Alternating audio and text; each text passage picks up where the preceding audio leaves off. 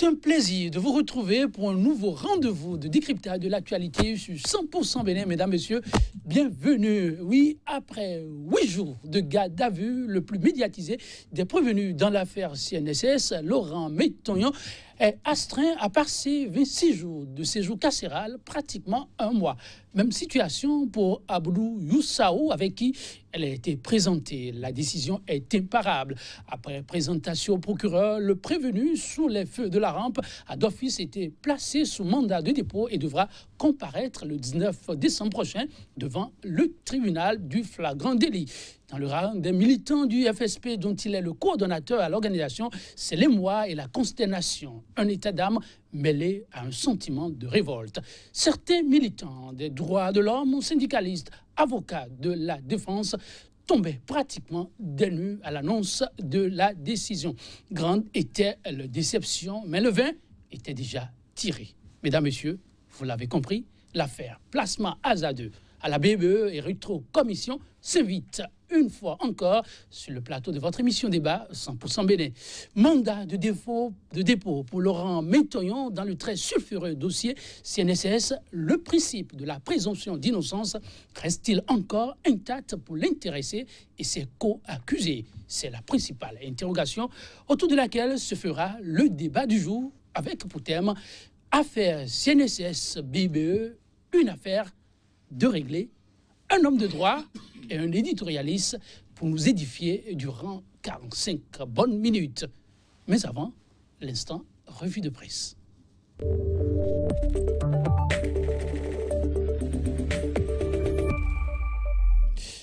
Nous retrouvons comme chaque vendredi Johannes Toanon qui, une fois encore, a parcouru pour nous la une des journaux. Johannes Toanon, bonjour. Joël Yetondi, bonjour. Amis téléspectateurs, bonjour. Merci pour la disponibilité aussi. C'est un plaisir. Pas facile, mais on y est. Tout à fait.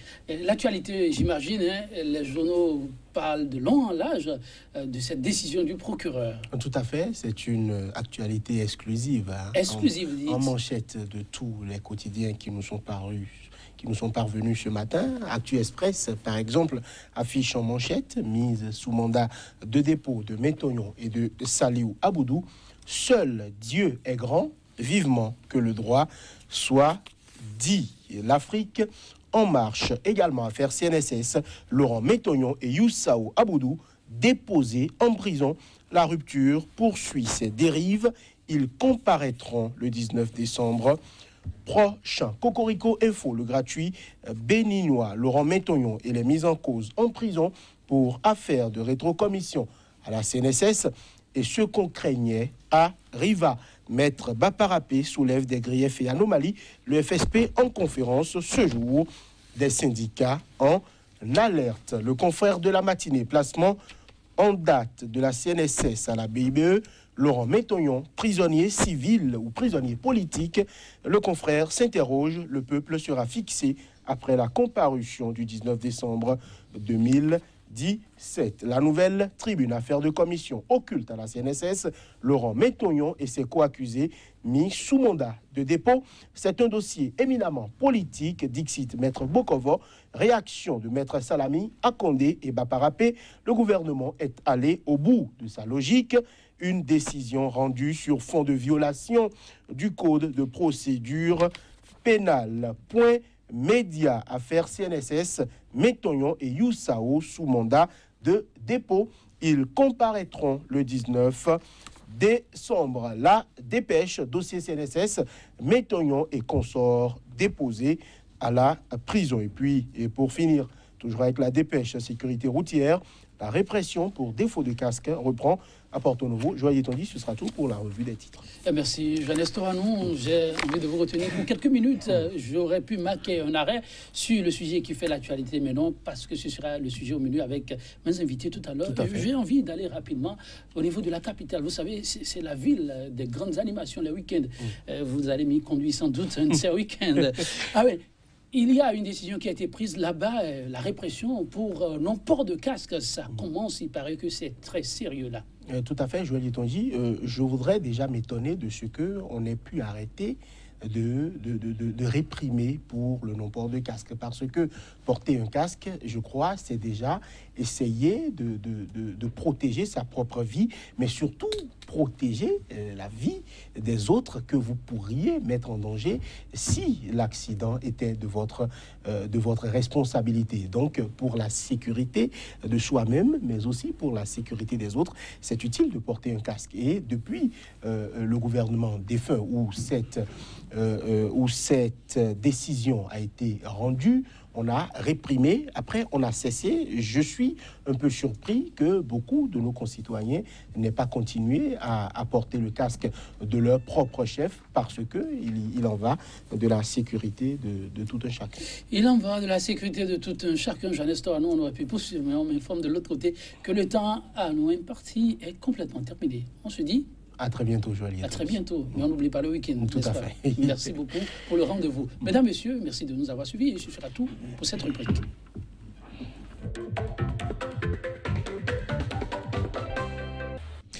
Tout un plaisir de vous retrouver pour un nouveau rendez-vous pour le décryptage de l'actualité sur 100% Bénin. Mesdames, Messieurs, bienvenue.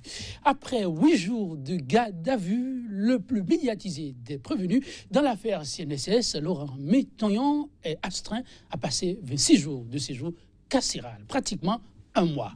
Même situation pour Aboudou Youssao, avec qui il a été présenté. La décision est imparable. Après présentation au procureur, le prévenu, sous l'effet de la rampe, a d'office été placé sous mandat de dépôt et devra comparaître le 19 décembre prochain devant le tribunal du flagrant délit. Dans le rang des militants du Front pour le sursaut patriotique, dont il est le coordonnateur à l'organisation, c'est le mois la consternation. Un état d'âme mêlé d'un sentiment de révolte. Certains militants de droits de l'homme, syndicalistes, avocats de la défense tombaient pratiquement des nues à l'annonce de la décision. Grande était leur déception. Mais le vin était déjà tiré. Il va falloir le boire. Mesdames, Messieurs, vous l'avez compris, l'affaire placement hasardeux à la BBE et rétro-commission s'invite une nouvelle fois encore sur le plateau de votre émission 100% Bénin. Mandat de dépôt pour Laurent Métonyon dans le très sulfureux dossier CNSS. Le principe de la présomption d'innocence reste-t-il encore intact pour l'intéressé et ses co-accusés? C'est la principale interrogation autour de laquelle se fera le débat du jour avec, pour thème au menu, affaire CNSS BBE, une affaire de régler, un homme de droit et un éditorialiste pour nous accompagner pendant les 45 minutes. À ma gauche, Maître Alain Ronla, analyste, il est avocat au barreau de Cotonou au Bénin. Maître Alain Ronla, bonjour. Bonjour Joël. Merci pour la disponibilité. En face de lui, un autre homme, lui un homme de la plume. Il a nom Vincent Folly, éditorialiste, il est le promoteur du très en vue journal L'Information, le quotidien, la Nouvelle Tribune. Vincent Folly, bonjour. Merci pour la disponibilité. Bonjour Joël, c'est un plaisir toujours de me retrouver sur votre plateau. Le plaisir est toujours partagé. Maintes fois annoncée, une fois elle a été mise en application, la présentation au procureur du prévenu dans l'affaire CNSS, BBE, Laurent Métonyon. Coup de tonnerre pour les uns, la décision, elle est tombée. L'homme est désormais placé sous mandat de dépôt. Maître Alain Ronla, vous qui avez suivi aussi de bout en bout ce dossier, prévisible pour vous une telle décision? Prévisible, évidente, ficelée. Prévisible, évidente, ficelée. J'imagine aux téléspectateurs voudraient bien comprendre. Prévisible. Prévisible dans un sens tout à fait noble et sain. C'est-à-dire qu'à partir du moment où l'autorité judiciaire, qu'est le procureur, décide de vous envoyer devant une unité de police, c'est parce qu'elle estime, elle pense qu'il y a des soupçons de commission d'infraction. Et quand, dans le cadre des investigations complémentaires qui doivent être menées, on vous prive de liberté, je veux parler de la garde à vue, qui est renouvelée et qui est allée jusqu'à son délai maximum, les risques de mandat de dépôt deviennent de plus en plus grands. Il a été dit dans le cadre de cette affaire que c'était un règlement de compte politique. La justice est aveugle et sourde au règlement de compte politique, mais lorsqu'elle est mise en branle, elle use de toutes les mesures de coercition pour parvenir à ce résultat. Quand on envoie quelqu'un devant la BEF et sous mandat de dépôt, dans le cadre légal, c'est-à-dire le code de procédure pénale de notre pays, qui est plutôt démocratique, le prévoit, il faut savoir que vous restez présumé innocent et que ce n'est pas forcément le coupable que l'on jette en prison. Le contenu, nous allons l'apprécier ensemble. Je vous donne la parole à Vincent Folly pour la même question. Prévisible une telle décision pour vous? Non, avant d'aborder le sujet, je ne voudrais pas que tu me cantonnes dans une camisole de force. Je suis un homme qui réfléchit. Oui. Je veux simplement dire deux choses. La première chose, avant d'aborder le sujet, c'est que dans ce pays, nous n'avons pas. Et là, je fais un clin d'œil à celui qui a été le rapporteur de la commission pendant la conférence nationale. Ça remonte à 27 ans. Qui a dit nous avons vaincu la fatalité. Ce pays n'a pas vaincu la fatalité. C'est-à-dire, a vaincu la fatalité, s'entend dans le sens que le tabou de l'invincibilité du PRPP, de la dictature, nous l'avons brisé, maintenant c'est terminé. C'est faux. Aucun combat n'est terminé. Aucun combat. Le combat pour la démocratie, c'est un combat de tous les jours. Donc, je dis, le procès, c'est un procès pour la démocratie. C'est un procès pour la liberté d'expression, pour les droits de l'homme. Et c'est dans ce cadre-là que je sens ce procès. Et je dis, de ce point de vue, nous n'avons pas encore vaincu la partialité dans ce pays parce qu'il peut arriver que des injustices se commettent. Et les populations doivent se lever. Tous ceux qui sont des démocrates doivent se lever pour dire non, qu'on ne peut pas retourner en arrière. Voilà le premier point. Oui. Le second point, c'est par rapport à la position de celui qui envoie les gens en prison. Et je veux dire que dans ce pays, il y a eu de très très bons magistrats. Je veux faire un clin d'œil au magistrat Jean-Baptiste Monsi.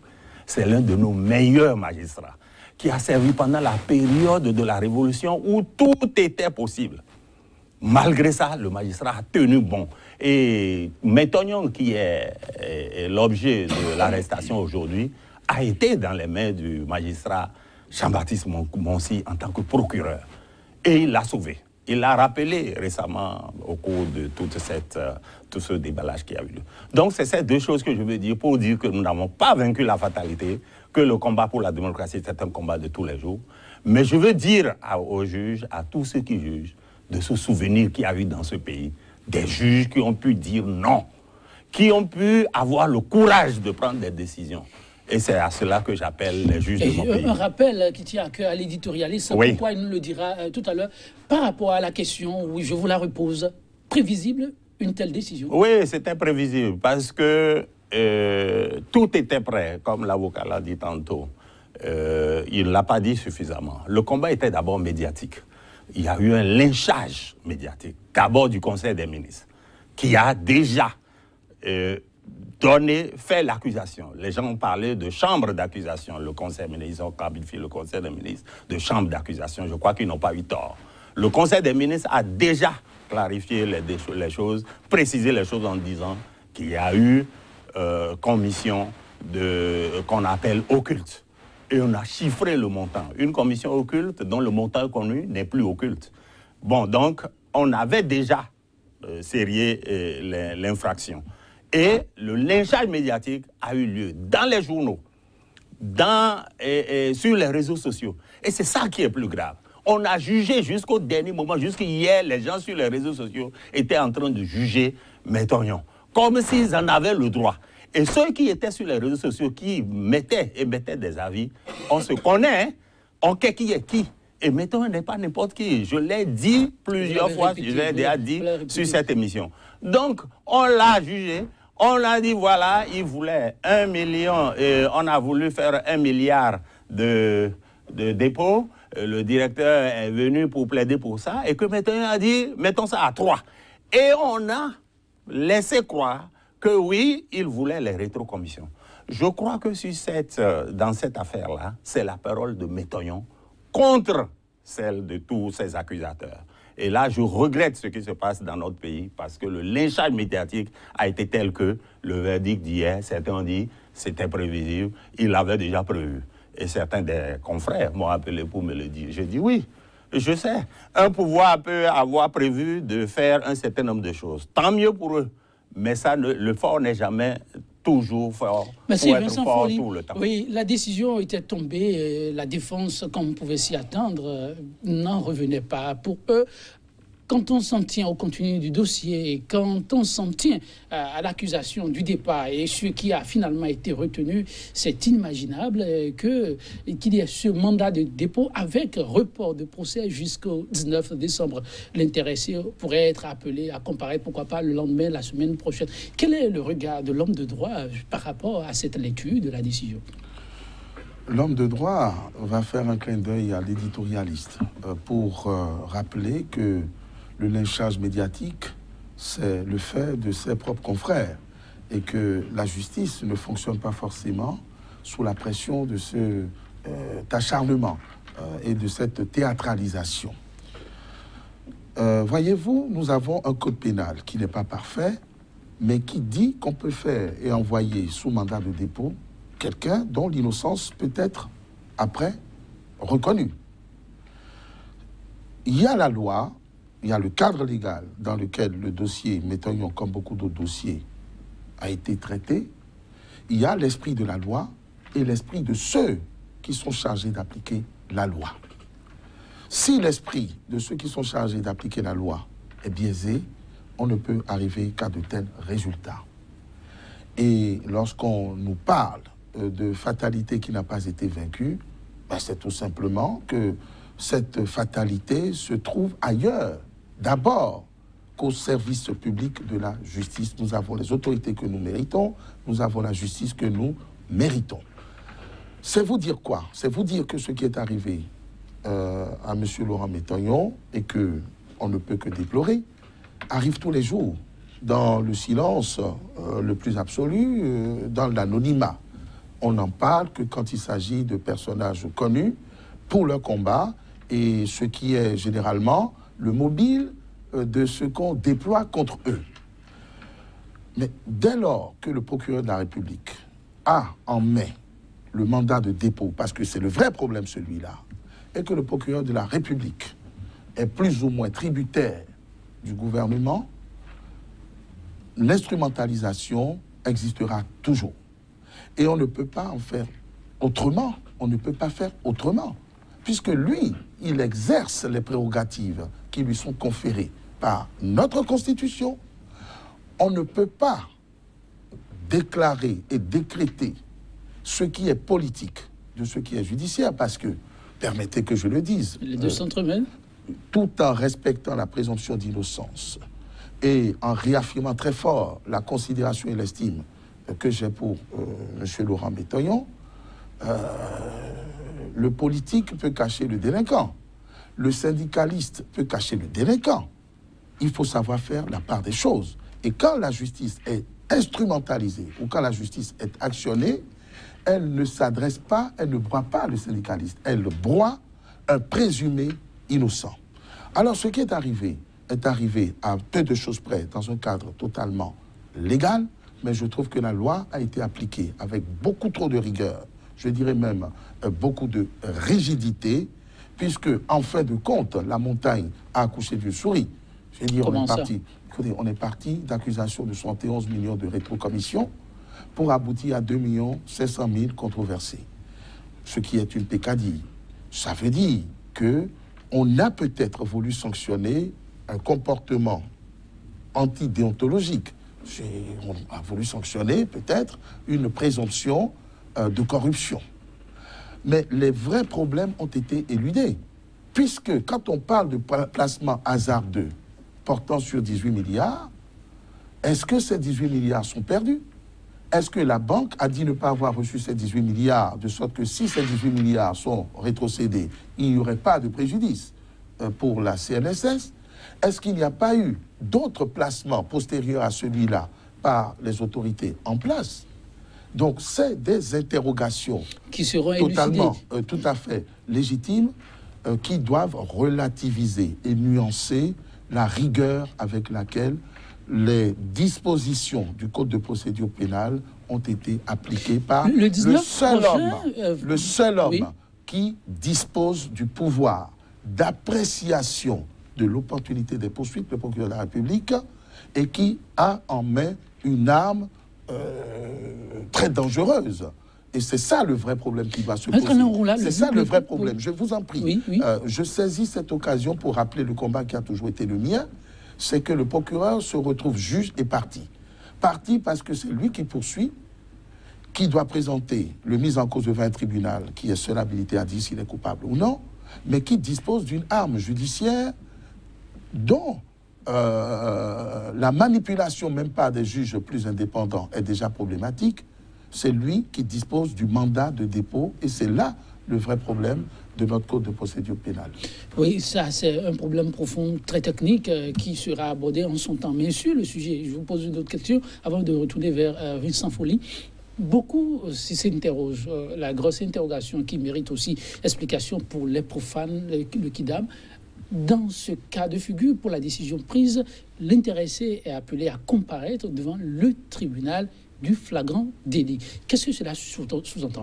Non, il ne comparaît pas devant le tribunal du flagrant délit, il comparaît devant le tribunal correctionnel, qui est compétent pour juger des délits. Flagrant délit? Non, des délits. Des délits. Dans le cadre d'une procédure dite de flagrance, c'est-à-dire qu'on considère que les éléments de preuve à charge et à décharge sont rassemblés et qu'il y en a suffisamment pour faire comparaître le mis en cause devant un tribunal compétent. Alors, le flagrant délit, ça veut dire qu'on se dispense d'une instruction confiée à un juge d'instruction, c'est-à-dire que le problème se règle directement entre le procureur, la défense devant le tribunal, et cette procédure de flagrant délit, n'est-ce pas, qui emprunte au cas flagrant, doit en principe commander que le procès eut lieu le plus rapidement possible. C'est-à-dire, dès le placement sous mandat de dépôt, tout doit être mis en œuvre pour que le mis en cause soit jugé dès le premier jour, c'est-à-dire vendredi ou tout au plus lundi. Mais c'est une disposition, hélas, qui pratiquement n'est jamais respectée. Elle est biaisée tous les jours et elle permet au procureur de sanctionner considérablement avant même que le tribunal ne puisse se prononcer. Donc, c'est un dysfonctionnement devenu régulier, malheureusement très préjudiciable pour l'équité, très préjudiciable pour le respect de la présomption d'innocence qui commande que les privations de liberté soient exceptionnelles et très courtes dans le temps. La présomption d'innocence des concernés demeure-t-elle toujours? Mais c'est le code de procédure pénale déjà qui biaise cette présomption d'innocence, puisque en déclarant cette fiction, il permet néanmoins d'y porter atteinte par des mesures privatives de liberté, parce que si vous êtes présumé innocent, c'est-à-dire quasiment innocent, les limitations à votre présomption doivent se borner à des interrogations, des auditions, etc., moins à des mesures privatives de liberté. Malheureusement,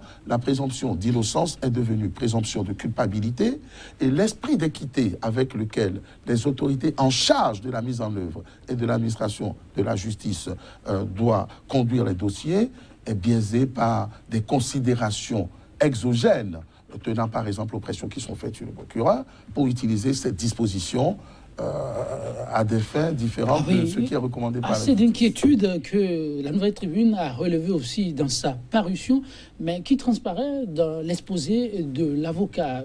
Beaucoup de sueurs froides encore ou davantage par rapport à la suite de ce procès? Écoutez, nous sommes dans un cas de procès anormal. Si tout était fait dans la sérénité, nous n'aurions pas eu le résultat qu'on a eu hier. J'ai écouté l'avocat, j'ai écouté ses confrères hier. Il a dit tantôt que la disposition du code de procédure pénale n'est jamais appliquée en matière de flagrance. Mais je veux dire que dans le cas de M. Adjavon, c'est cette procédure qui a été suivie. Moi, je ne la connaissais pas. Je découvrais, j'ai dû lire pour comprendre de quoi il s'agit. Il a dit que c'est une procédure c'est dans le cadre de la correctionnelle, une procédure de flagrance. C'est-à-dire que c'est un flagrant délit qui est présenté devant le juge. Mais la loi dit, et vos confrères ont cité l'article 402, qui dit que quoi? Et c'est ce que vous avez dit tantôt, que c'est immédiatement, la procédure de flagrance est appliquée, c'est-à-dire on met en œuvre la procédure dès la fin dès le début, c'est-à-dire le lendemain. S'il n'y a pas de procédure, s'il n'y a pas d'ouverture de procédure le lendemain, ça va être au moins dans les 72 heures. Au-delà, ça devient autre chose. Et c'est là où le juge ou le procureur intervient. Parce que j'ai cité le cas de moi aussi, Jean-Baptiste. Je ne le dis pas pour lui faire plaisir, il est à la retraite et je pense qu'il passe sa retraite correctement. Mais je veux dire que le juge, c'est-à-dire le procureur, a une très lourde responsabilité. Il avait plusieurs choix. Ce n'était pas le choix de faire directement devant lui qui était le seul. Il pouvait passer par l'instruction. Il n'a pas voulu passer par l'instruction. Nommer un juge d'instruction pour instruire l'affaire, le juge des libertés, pour pouvoir faire la chose. Il a voulu décider tout seul. Et en le faisant, normalement, la présomption d'innocence devait plaider pour le prévenu. Lorsqu'on dit que Métonnion n'est pas n'importe qui, ça veut dire que c'est quelqu'un qui a travaillé pendant 30 ans et qui a une réputation. Et cette réputation doit peser dans le choix que le procureur doit opérer, soit de l'inculper ou de ne pas l'inculper. Donc, quelqu'un qui a eu une vie aussi lisse ne peut pas subir le sort qu'on a connu. C'est ça qui gêne les démocrates. Que quelqu'un comme ça, qu'on ne le présume pas innocent, on est allé jusqu'à perquisitionner chez lui et à prendre comment on appelle, des titres de propriété. Et après ce que j'ai pu entendre hier, les avocats ont pu dire, nous mettons en jeu le titre de propriété pour pouvoir obtenir sa liberté. Il bénéficie. C'est le cas de quelqu'un, Métonnion, qui allait directement devant la BEF après une convocation. Qu'est-ce qu'on craint dans ce pays? On a la possibilité de retenir son passeport. On a toutes les possibilités parce que l'exception doit être la détention. Et la règle doit être, j'allais dire, la liberté. La liberté. Mais on n'a pas fait ça. On s'est dit, tout s'est passé comme s'il y avait une machine qui devait broyer Métonnion, qui devait l'humilier, qui devait intimider tous ceux qui osent dire des choses ici. Mais c'est peine perdue, parce que nous avons déjà accepté, nous avons déjà tout tenté dans ce pays. Le régime dictatorial, on l'a connu.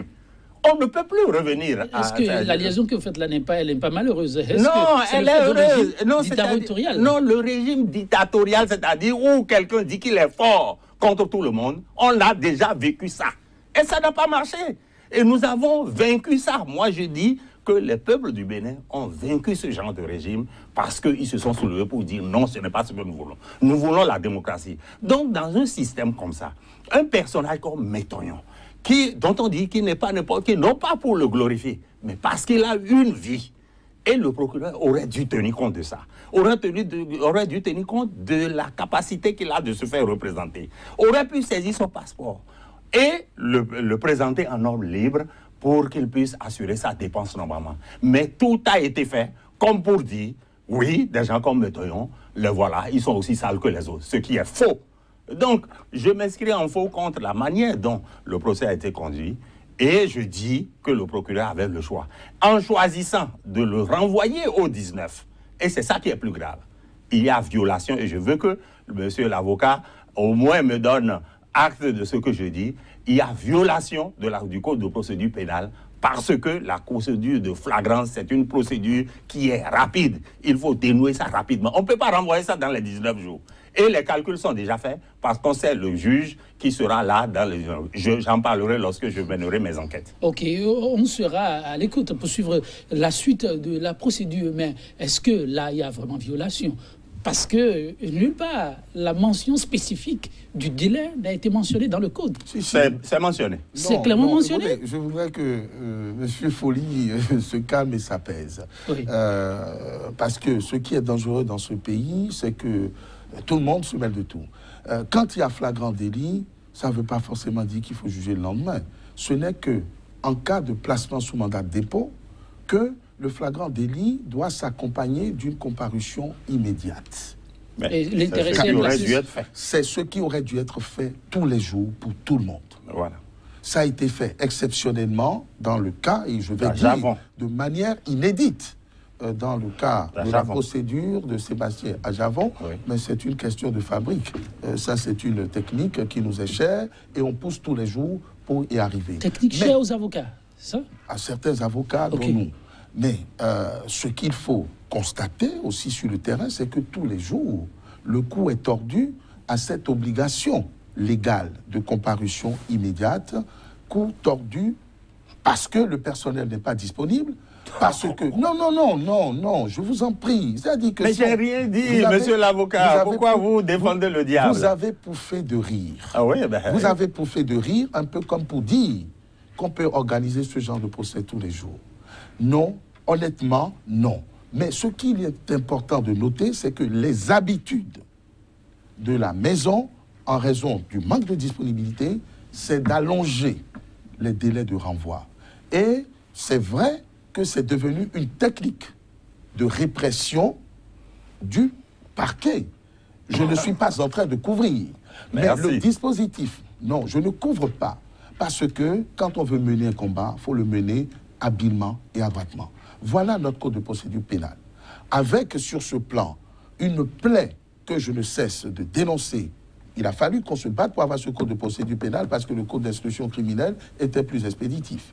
Le mandat de dépôt entre les mains du procureur, c'est ça qu'il faut déjà corriger.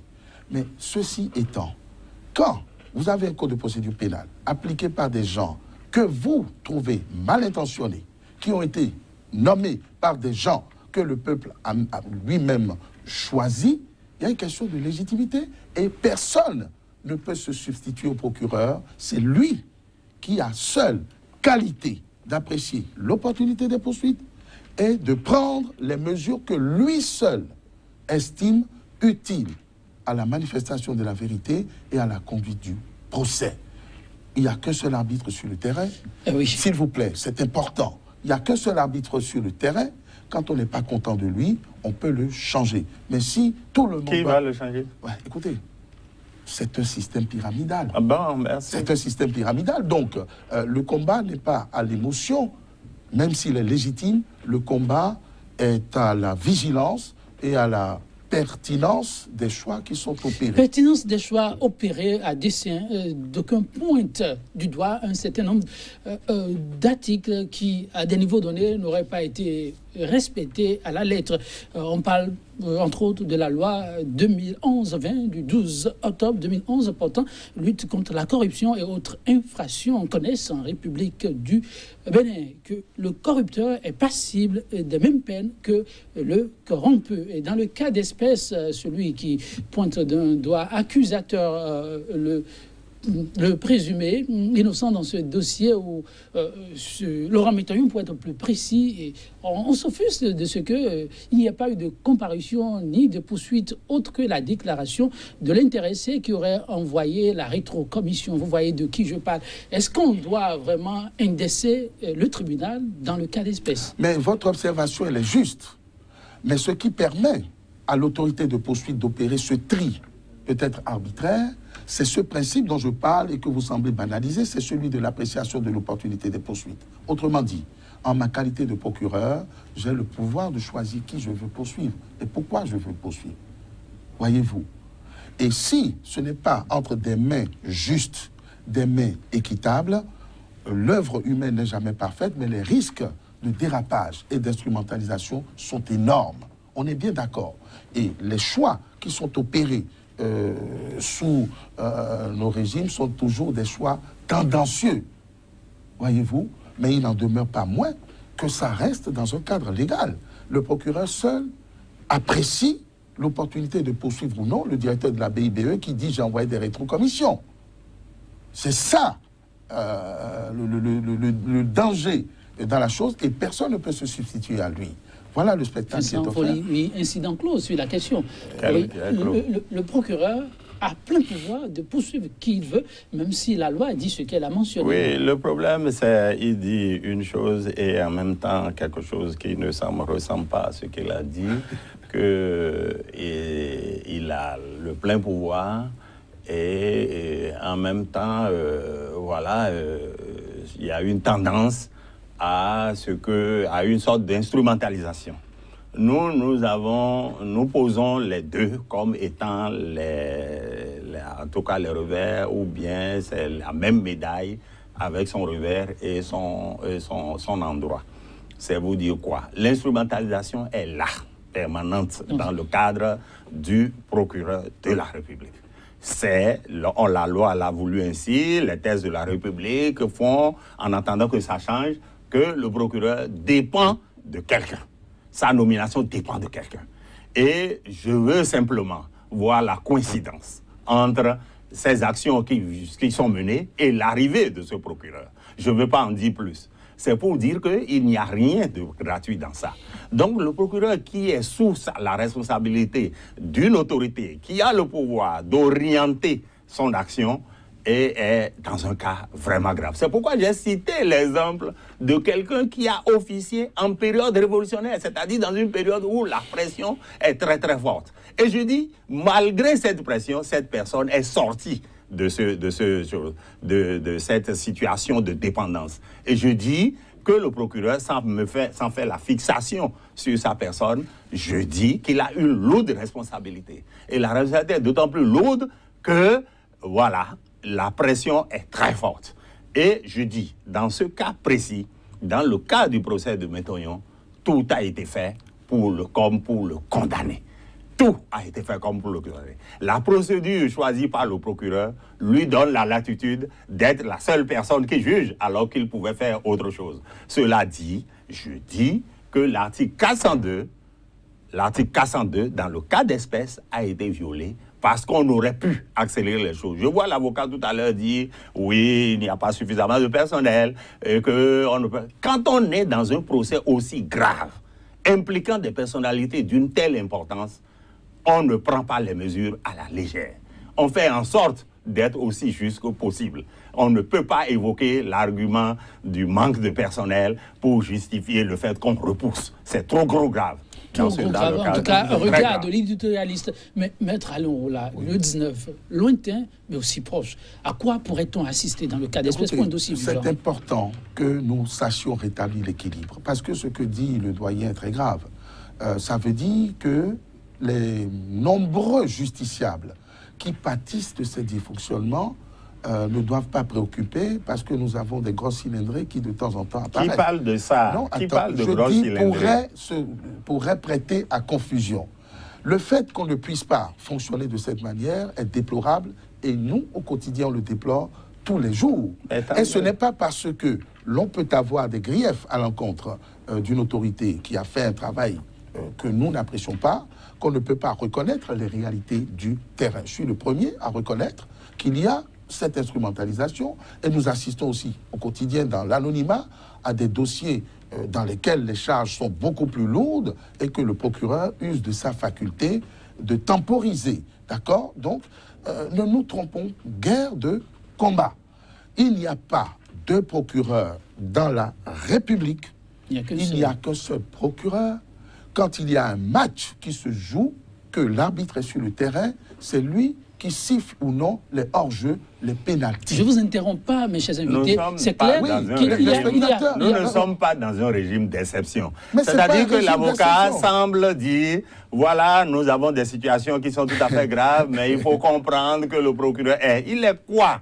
Il est simplement un représentant, entre autres, de la justice. Il est chargé de dire le droit. Moi, je dis, il y a une lourde responsabilité qui pèse sur lui et qu'il en prenne conscience. C'est tout ce que je dis. Je ne dis pas autre chose. Mes chers invités, la réalité est là. La maison justice béninoise a besoin d'un peu de toilettage pour jouer à fond son rôle. Et là-dessus, sur ce plateau, une émission a consacré un peu son temps d'antenne pour expliquer le chemin à parcourir pour permettre à la justice de mener à bien sa mission face aux justiciables. Nous revenons par rapport au sujet. Ma question, je vous la repose, Maître Alain Oronla. Oui, à quoi pourrait-on assister le 19 décembre? Ben, écoutez, on peut assister à tout et à n'importe quoi, parce que l'issue d'une procédure est toujours incertaine. Il se pourrait très bien, moi je ne veux pas donner d'idée, parce que il y a des manipulations aujourd'hui que je vois sur le terrain et qui ressemblent à des faits sur lesquels nous avons été en contradiction avec les autorités qui semblent avoir pris le pli et avoir bien lu le code de procédure pénale. Il se pourrait très bien que le 19, le tribunal décide de renvoyer la connaissance de ce dossier à une autre juridiction, parce que les qualifications pourraient être criminelles. D'accord? Il se pourrait très bien que le procureur vienne et se désister, auquel cas les choses peuvent se calmer. Il se pourrait qu'on déclare M. Métoyon coupable, comme on pourrait le reconnaître innocent. Bref, tout est possible. Et pour que le mieux arrive, il faut que chaque acteur ait conscience de ce que le combat dont il s'agit ne doit pas être un combat d'émotion, d'émotivité. Parce que les prises de position et les roides de mon ami Edouard Folly font penser que le débat doit être pour ou contre Métoyon ou pour ou contre le fonctionnement de la justice. Nous qui sommes acteurs de cette maison et qui avons vu autre chose, savons qu'il y a de vrais dysfonctionnements, savons qu'il y a des mesures qui sont difficiles à mettre en œuvre. Tenez par exemple, la Constitution oblige l'État à garantir un environnement sain, mais qui se plaint de ce que cet environnement ne soit pas sain, parce que nous n'avons pas les moyens. Et ça ne veut pas dire que les autorités en charge des poursuites ou même de juger fassent toujours bien le travail. Le problème et le débat, c'est dans la construction d'un Béninois nouveau qui est pour seule boussole l'éthique, l'équité et la justice. Mais tant que nous serons comme nous sommes, parce que les reproches qui sont adressés au nouveau procureur qui vient d'être nommé pourraient être adressés à d'autres. S'il est vrai ou vraisemblable que M. Laurent Métoyon, par son combat, dérange le gouvernement qui a toujours eu des réactions un peu violentes et brutales contre tout ce qui s'élève contre, il n'en demeure pas moins qu'il y a un biais facile, celui de la recherche des poux dans les cheveux de quelqu'un qui a des cheveux. Alors, on va se calmer et il vaut mieux réfléchir et aviser de manière pertinente plutôt que de mettre de l'eau à du moulin. 19 décembre prochain, tout peut arriver. Parole de l'homme de droit. Oui, mais nous, on appréciera. Moi, je ne suis pas sur le coup des émotions. Contrairement à ce qu'il dit, sinon c'est autre chose peut-être que je vais faire sur le plateau. Donc je suis tout à fait serein et je dis que j'attends sereinement la justice. Je rebondis sur ce qu'il a dit tantôt, que c'est l'homme nouveau qu'il faut essayer de fabriquer, de faire sortir de notre pays, à savoir que un homme qui est exempt de tout reproche, c'est-à-dire qui ne commettrait aucune faute. Non, qui ne soit pas de mauvaise foi. Et je dis, dans le cas d'espèce, la bonne foi devait jouer en faveur de celui qu'on condamne aujourd'hui. Ce que je veux dire, je dis qu'à partir du cas Métoyon, en rebondissant sur ce qu'il a dit, je dis qu'il faut mettre tout à plat. Si des gens comme Métoyon sont capables de comparaître aujourd'hui pour corruption, il y a un problème dans ce pays. Il y a un problème et il faut alors tout remettre à plat. Parce que Métoyon est de ceux qui ont toujours accusé la mauvaise gouvernance, la corruption dans le pays. S'il en vient que lui aussi, c'est-à-dire doit comparaître pour faire de corruption, il y a un problème. Et je dis alors que c'est tout le monde qui doit jouer de la transparence. Je dis que le combat pour la transparence commence vraiment maintenant. Et que les gouvernants qui sont là sachent que nous sommes en train de les surveiller. Et que sur tous les dossiers de la nation, il convient d'être aussi transparent que possible. Parce que Métoyon qu'on accuse de corruption aujourd'hui n'est pas le plus corrompu de la République. Moi, je veux dire que tous les dossiers qui exigent des commissions, ce qu'on appelle des rétrocommissions, on doit les remettre sur la place publique, sur la table. C'est-à-dire, je vais être précis, par exemple, pour le RAVIP, comment le safran a été choisi. Il faudrait qu'on nous dise comment ça a été fait. Et pour les dossiers de passation de marché dans le pays, comment ça se passe. Et dans le cas d'espèce, qu'on dise ce qui s'est passé à la CNSS depuis que le nouveau président est à la tête, le nouveau président du conseil d'administration est à la tête. Est-ce que vous savez que ce nouveau conseil d'administration a placé lui-même 4,5 milliards dans la même banque, BIBE, mais la propagande gouvernementale veut prouver que oui, c'est pour aller chercher ce que Métoyon a dilapidé. Tant mieux. Est-ce que vous savez que l'État de Bénin, en dehors des 4,5 milliards injectés à la BIBE, l'État du Bénin a lui-même injecté près de 5 milliards dans la même banque, toujours pour la même chose. Donc, qu'on ne vienne pas nous raconter des histoires et qu'on ne dise pas que Métognon est le plus corrompu de la République. Et qu'on nous dise... de remettre en cause la volonté des actuels dirigeants à lutter et sereinement alors contre la corruption. Non, je prends au mot leur volonté de lutter contre la corruption. Je dis que dans le dossier de la CNSS, il faut qu'on clarifie comment l'État est allé jusqu'à mettre 5,5 milliards actuellement dans la même BIBE. Comment le conseil d'administration actuel a mis près de 4,5 milliards. Vous en avez la... Les preuves même l'ont dit, ce n'est pas quelque chose qui est caché. Ils ont dit qu'ils ont investi 4,5 milliards à la BIBE parce que ça leur permet d'aller rattraper ce que Métognon a perdu. C'est ce qu'ils ont dit.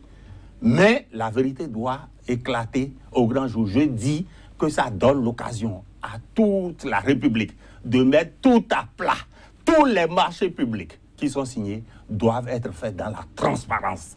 Et je dis chiche que Métognon aille en prison, mais alors que tous les dossiers de la République, les dossiers des machines agricoles qu'on a évacués, le dossier du PPA2 qu'on a évacué rapidement, tous les dossiers reviennent sur la table et qu'on discute de tout. Vous avez été suivi et compris, j'imagine, Maître Alain Orula, la volonté de l'exécutif à combattre la corruption pourrait-elle s'en trouver un peu écorchée? Je pense que nous mélangeons les débats. Tout ce que dénonce M. Folly est tout à fait pertinent. Il est dans son rôle d'éditorialiste et d'éveilleur des consciences.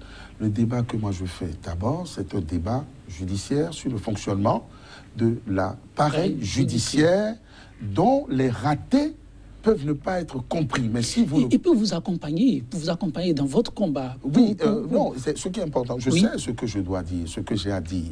Et que le combat, aujourd'hui, qu'il mène, qui est très noble pour Métognon, nous, on le mène tous les jours et depuis longtemps et avant l'installation de ce nouveau gouvernement. Mais pour bien comprendre de quoi il s'agit, vous savez, moi je parle cash. Il y a eu marche faite contre la corruption dans ce pays, j'en ai ri. Tout le monde en a pleuré par la suite. Et que la volonté affichée, ce n'est pas une volonté de lutte contre la corruption, c'est une volonté de nettoyage, d'épuration, de règlement de comptes. Ce qui se fait actuellement? Évidemment. Donc c'est pour vous dire qu'il ne faut pas me soupçonner de vouloir faire plaisir à qui que ce soit ou de craindre quoi que ce soit. Je voudrais que les choses soient ordonnées et je renvoie à nos téléspectateurs. Et tous ceux qui s'émeuvent de ce qui est arrivé à M. Métognon aujourd'hui pourrait arriver à chacun de nous, est arrivé à beaucoup d'entre nous, et que nous, on est là tous les jours, et de savoir. Et c'est à cela que je renvoie tout le monde à la lecture de cette fable que j'adore. Moi, j'adore les fables. Les animaux malades de la peste. Merci. On va clôturer, mais il reste que 2 minutes. Je vous pose cette question avant qu'on aille au terme de cette émission. Les prévenus auraient mieux fait de suivre un certain exemple en fuyant même à dos d'aigle, au lieu de croire qu'il y a une certaine justice sous les tropiques face au pouvoir. J'ai lu mieux. Ils auraient pu fuir à dos de porc-épic. Mais vous trouvez ça drôle? Bon, oui, je trouve ça drôle. On va dire que c'est un peu rabelaisien. C'est un peu d'humour dans ce mélodrame qui se joue au quotidien.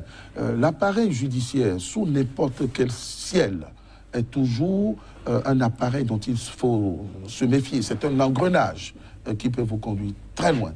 Encore plus sous les tropiques, avec la volonté affichée. Avez-vous aussi l'impression que les prévenus se sont eux-mêmes jetés dans la gueule du loup, pour reprendre l'assertion? Qu'est-ce qu'ils pouvaient faire? Fuir dans le coffre d'une voiture ou faire autre chose? Je crois que Métognon, c'est un homme de courage qui a prouvé, à partir de ce qui lui est arrivé, qu'il faut faire face à la justice, pour montrer que la justice n'est pas toujours juste. Et vous concluez? Ma conclusion, c'est qu'il faut continuer de croire à la justice de notre pays et aux hommes qui l'animent et à leur capacité de rester indépendants. Parce que la justice est rendue au nom du peuple béninois. Merci à vous, Vincent Folly, oui, Maître Alain Orula. Pas croire aux hommes qui animent la justice, mais les former, veiller à ce qu'ils fassent les choses de manière plus en plus exemplaire. Nul n'est parfait, mais quand, et je l'ai toujours dit, vous pouvez avoir les meilleurs textes quand vous n'avez pas les bons hommes, on court à la catastrophe. Vous pouvez avoir les plus mauvais textes quand ceux qui sont chargés de les appliquer ont la conscience et de la bienveillance, les choses se passent différemment. Et ceci est d'une responsabilité collective.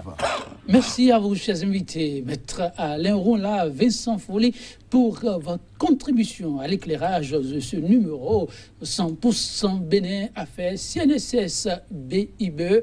Une affaire de régler, en croit nos invités du jour. Rien n'est gagné d'avance, tout peut arriver dans ce dossier que nous suivons de très près pour vous. 19 décembre, c'est loin, mais c'est si proche. On se retrouvera pour en parler une fois encore. Mais nous prenons rendez-vous pour demain, déjà un autre numéro, mais déjà, on se dit au revoir sur cette citation de Jean-Jacques Rousseau. Je cite la célèbre citation que presque tous connaissent. Le plus fort n'est jamais assez fort pour être toujours le maître s'il ne transforme sa force en droit et l'obéissance en devoir. Mesdames, Messieurs, que du plaisir de vous servir au quotidien. À très vite.